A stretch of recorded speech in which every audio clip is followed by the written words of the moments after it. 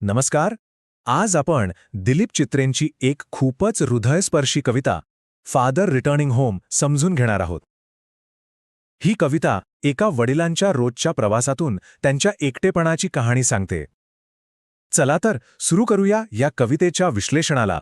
बघा, हे एकच चित्र कवितेचा सगळा सार सांगून जातं. इथेच आपल्याला भेटतात या कवितेचे मुख्य पात्र, एक वडील जे दिवसभराच्या कामानंतर थकून भागून घरी परततायत.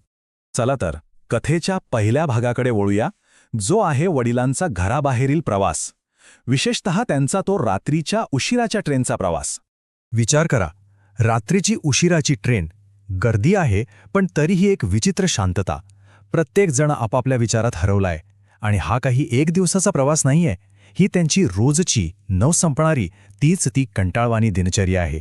आणि गंमत बघा, ट्रेनच्या खिडकीतून शहरं मागे पडतायत पण त्यांचं तिकडे लक्षच नाहीये. का?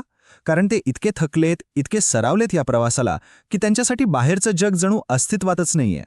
आणि या सगळ्या थकव्यात भर पडतीये ती पावसाळ्याची. विचार करा, ती दमट हवा, पावसामुळे झालेला चिखल, ह्या सगळ्यामुळे त्यांचा शारीरिक त्रास आणखीनच वाढतोय.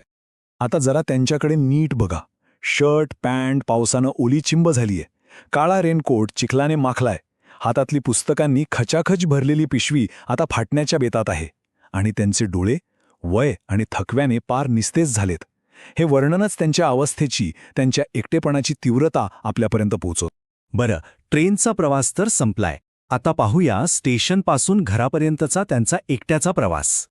कवी इथे एक जबरदस्त रूपक वापरतात. ते म्हणतात, वडील ट्रेनमधून असे उतरतात जसं एखाद्या लांबलचक वाक्यातून एखादा शब्द गळून पडावा. म्हणजे काय?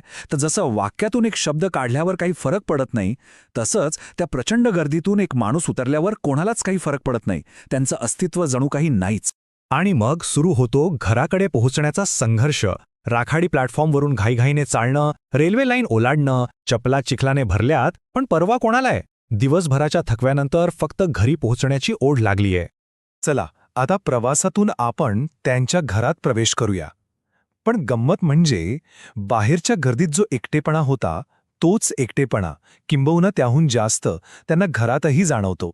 घरी पोहोचल्यावर काय होतं तर एक कप फिक्का चहा आणि खायला एक शिळी चपाती.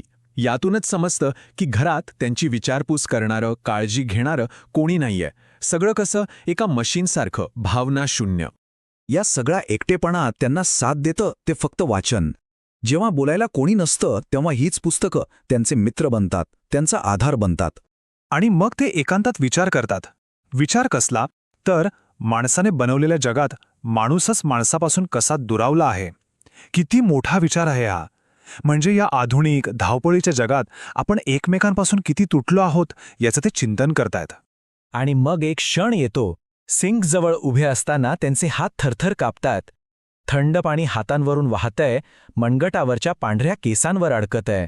ही छोटीशी गोष्ट त्यांची आतली चिंता आणि वाढतं वय दोन्ही दाखवून जाते. आता वळूया त्यांच्या दिवसाच्या शेवटच्या टप्प्याकडे, जिथे कुटुंबापासूनचा दुरावा आणि स्वप्नांमधला दिलासा या दोन्ही गोष्टी दिसतात. घरात मुलं आहेत पण ती असून नसल्यासारखी. ती आपल्याच विश्वात मग्न आहेत. वडिलांशी बोलायला, आपल्या गोष्टी शेअर करायला त्यांना वेळच नाही. पिढ्यांमधलं हे अंतर, हा भावनिक दुरावा इथे अगदी स्पष्ट दिसतो. मग काय, बोलायला कोणी नाही तर रेडिओचा आधार घे एकटे झोपी जातात. आणि मग स्वप्नांमध्ये त्यांचं मन भूतकाळात आणि भविष्यात प्रवास करतं. कधी पूर्वज आठवतात तर कधी नातवंड. आणि विशेष म्हणजे त्यांना आठवतात त्या भटक्या जमाती, जे एकत्र राहतात, मुक्तपणे फिरतात. तर मग या सगळ्या वर्णनावरून कवितेचा नेमका सार काय आहे तो समजून घेऊया. इथे बघा, हा फरक सगळं काही सांगून जातो. एका बाजूला आहे वडिलांचं जग, एकटेपणाने भरलेलं, कंटाळवाणं शहरी जीवन. आणि दुसऱ्या बाजूला आहे त्यांची स्वप्न, भटक्या जमातींसारखं मुक्त, एकत्र प्रवास करणारं आयुष्य. हा जो फरक आहे ना, तोच त्यांच्या मनातल्या अपूर्ण इच्छा दाखवतो. आणि शेवटी एक प्रश्न जो ही कविता आपल्यासमोर ठेवते, आणि तो म्हणजे, आजच्या या जगात आपण आपल्या प्रियजनांसोबत असूनही खरंच एकटे असतो का? ही कविता फक्त एका वडिलांची गोष्ट नाहीये, ही कदाचित आपल्या सगळ्यांचीच गोष्ट आहे. हा प्रश्न आपल्याला आपल्या नात्यांबद्दल, आपल्या आयुष्याबद्दल विचार करायला भाग पाडतो.